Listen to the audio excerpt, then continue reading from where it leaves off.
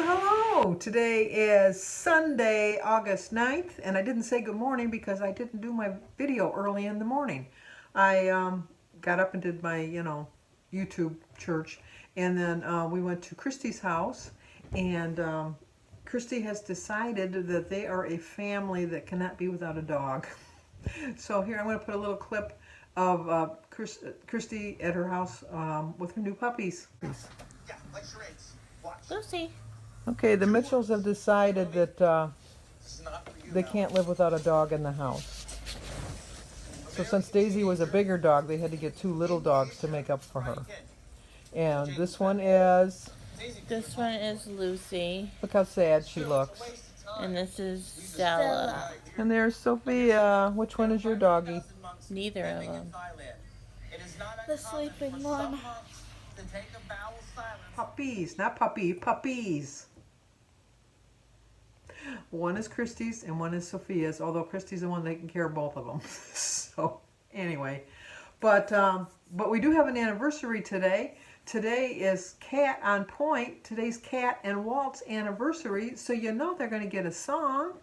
So I have to do it in a way that if you watch Cat's channel, and I'll leave a link to her channel down below, you'll know exactly why I'm going to be doing this. So let me step out of the shot for 1 second. Happy anniversary, happy anniversary, happy anniversary, happy anniversary. Happy, happy, happy, happy, happy anniversary. Happy, happy, happy, happy, happy anniversary. Well, happy anniversary. Okay, if you watch Cat's channel, you'll know what that's all about. And if not, you got to go over there and find out. Happy anniversary, happy anniversary, happy anniversary, happy anniversary. Happy, happy, happy, happy, happy anniversary. Happy, happy, happy, happy, happy anniversary. Well, I hope you two have a really great day today. It's a Sunday. I think they live in Las Vegas. I'm pretty sure.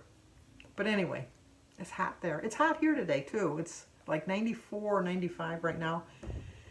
And my He-Man husband is out there cutting the grass. Yesterday I kept saying, you should cut the grass, because yesterday was really nice. It was really cool. It had a nice little breeze. It was the cold front coming through before the heat hit us today with the humidity. And no, today, 93 degrees.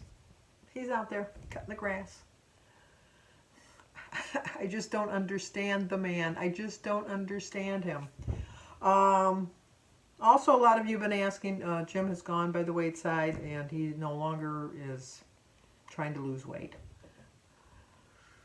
You have to want to do it for yourself. I tell you this all the time, and I'm not going to be like griping at him and like kick at him, because you know, if anything, that makes you all the more determined that you don't want to do it. So, for years and years, when Jim was thinner, I what do you call it?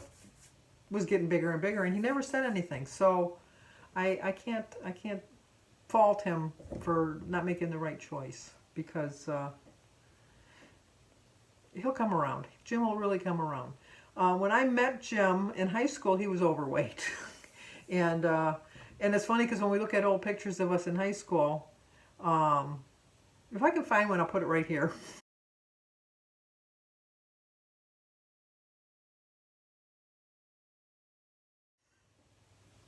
Because we thought we were overweight. Both of us thought we were overweight. And boy, we'd like to be that skinny once again. Yeah, we just didn't. We got married and we both got bigger and bigger. And then in the 80s, the jobs were really bad during, I guess it was during the recession or something. I don't know what was going on in the 80s. But work, the construction, because Jim was in construction, was really hard to find a job. So Jim had to work out of town and a lot. And in 1984, which is the beginning of 1984. My father passed away in December of 1983. And then he had to go out of town to work. And he worked in Boston, where my father's family is from. And my brother Pat went with him, because my brother Pat works in the same trade. Jim and my brother Pat, my brother Michael, and my brother-in-law Bruce, which was Susie's husband, were all sprinkler fitters for fire protection. and work was just really, really scarce. And so Pat and Jim went to Massachusetts, to Boston, and they worked there probably, I would think that they were there like 8 months. But they were able to drive back and forth, come home every once in a while because they shared the ride and they shared the expenses, and so it was okay. And then in 1984, yeah, 1984, later, no, it was 1985, the following year. Now I'm getting confused. No, it was in 84 because Christy was 3. So he must have worked in Boston. Oh, he split the year. That was it. He split the year. He worked in Boston for like 4 or 5 months, from January till I think May or June. And then my family took care of him. They took care of both of them. So, I mean, he was always going to some family member's house for dinner. He had places to go on the weekends. He was sharing the cost of a room with my brother. And it just worked out really well for them that they were able to be taken care of. And then they both came home, and then they did work here for a couple months. And then Jim had to go out of town again, and Pat went out of town, but Pat went somewhere else. Jim went to Philadelphia to work. And then my brother Pat went somewhere else to work. My brother Michael always worked because he was a superintendent, so he always had a job. And then my brother-in-law Bruce was just an apprentice, and the apprentices were always working because they didn't make as much money as a journeyman. So Jim went to work in Pennsylvania, but he flew into Pennsylvania because they told him he was going to have a company truck, and so he wasn't able to come home unless we paid for a plane fare or something like that. And we didn't have enough money for that. And he always sent home a lot of money to pay for our rent and to pay for 3 kids to eat and things like that. And we didn't have FaceTime back then. You called on the phone long distance and you talked really quick because there was no cell phones. And we wrote a lot of letters, sent a lot of, we sent him a lot of pictures, but he didn't send pictures back because he was saving his money, because you used an actual camera with film that you had to go to the, place to get it developed. And so he worked there, I think, for like 9 months. And when Jim left, he weighed probably, I would say, close to 300 pounds. Easily close to 300 pounds. And he kept sending money home regularly, and I didn't think nothing of it. And so then, because, when he went to Boston, he had no problems. He had none whatsoever. And then when he came home and we were picking him up at the airport, that's when you could meet people at the gate. Oh, the good old days when you could actually go to the gate and meet people. I was there, my sister, because I didn't drive, my sister Mary brought me. And we were standing there and we were waiting for Jim to get off the plane, and we didn't see him. And then somebody from behind tapped me on the shoulder, and I turned around and I didn't recognize him. It was like, who are you? Because in just those 9 months that Jim was there, he lost probably about 125, 130 pounds because he didn't have enough money to send home for his family and be able to live himself. So Jim ate 1 meal a day, and that was all he had. And he sacrificed for his family. So if he did that for me back then and got thin, it was a decision he made, and it was a decision he made for his family. Obviously, Jim's put some weight back on because he's no longer weighs 175 pounds. But I felt so bad. I just felt so bad. Here I was so big and fat. And here's my husband coming off, and he had been starving himself for like 9 months. And then to put the icing on the cake, which was really bad, was because Christy didn't know who he was because she was just 2.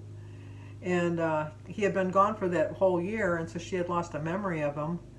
And didn't want to have anything to do with him because he was some strange man that was coming living in our house. So it was just a hard readjustment to try to explain, because the kids were just like, who is he? Because he looked so different. He looked so different.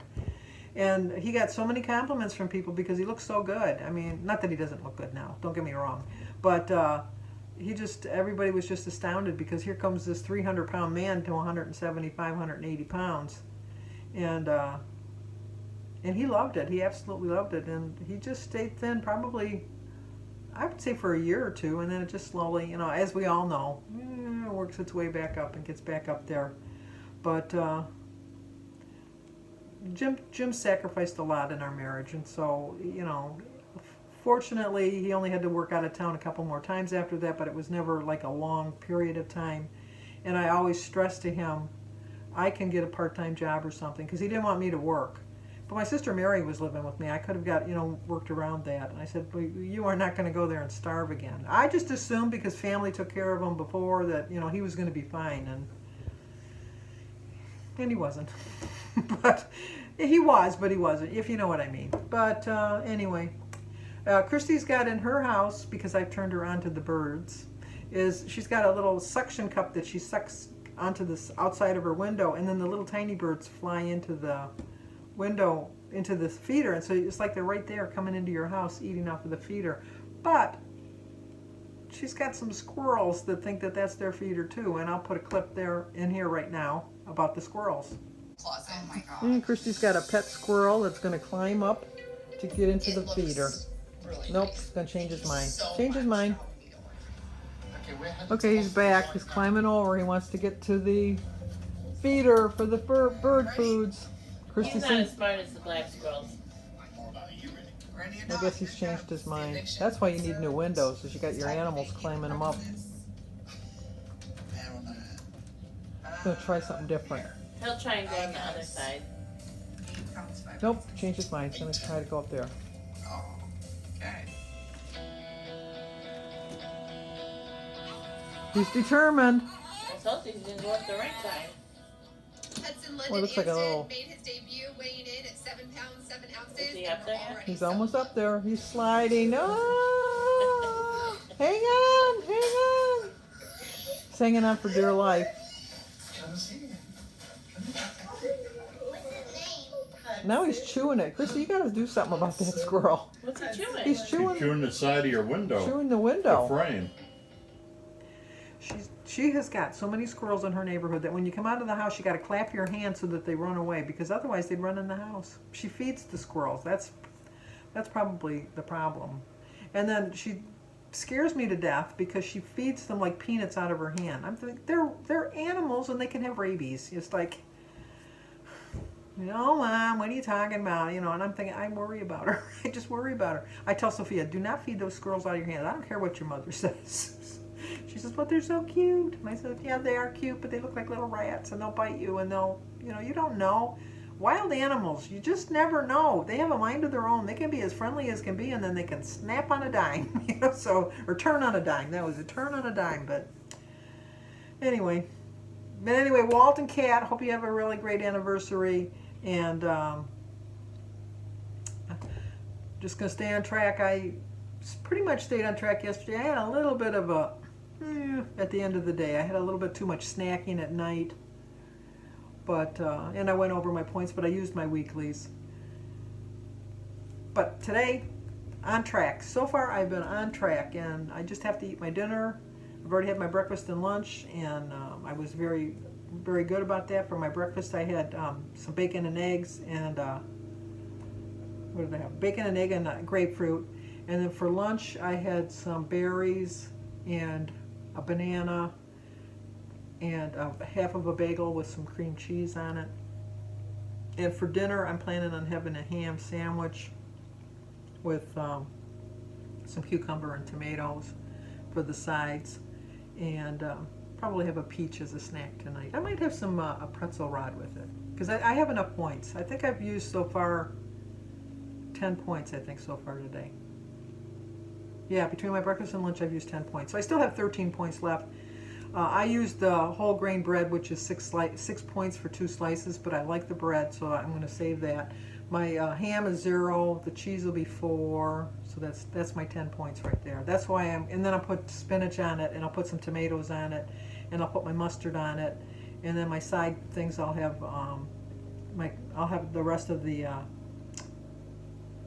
tomato, because I'm not gonna put the whole tomato on my sandwich, and then a cucumber from the garden. A cucumber from not my garden, but from a garden.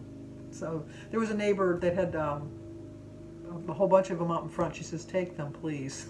She had so many cucumbers, so I grabbed a couple of those. So anyway, that's it for now. I'm going to stay strong. Have a loss next week. 5 weeks in a row without a gain. I want to make that 6, and just one step at a time, one day at a time, one meal at a time, one moment at a time sometimes. But it'll get me there. I know it will. So if you're new to my channel, please subscribe, leave a comment, hit that like button, and share it if you think somebody might like to see it. And as always, stay safe. I know I keep looking outside because I'm looking at that man cutting the grass.